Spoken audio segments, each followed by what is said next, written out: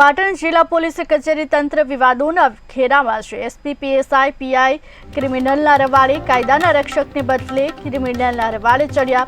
SP સામે કથિત અપહરણ અને ખંડણીનો ગુનો, અરજદારે વ્યથા રજૂ કરતો વિડીયો પણ હાલ વાયરલ કર્યો છે। એસપી સામે કથિત અપહરણ અને ખંડણીનો ગુનો પણ છે। જોકે હાલ પાટણ જિલ્લા પોલીસ કચેરી તંત્ર વિવાદોના ઘેરામાં છે। એસપી પીએસઆઈ પીઆઈ ક્રિમિનલના રવાડે ચડ્યા, કાયદાના રક્ષકને બદલે ક્રિમિનલના રવાડે ચડ્યા। એસપી સામે કથિત અપહરણ ખંડણીનો ગુનો, અરજદારે વ્યથા રજૂ કરતો વિડીયો વાયરલ કર્યો। જે ત્રાસ આપવો હોય એ આપી શકો છો।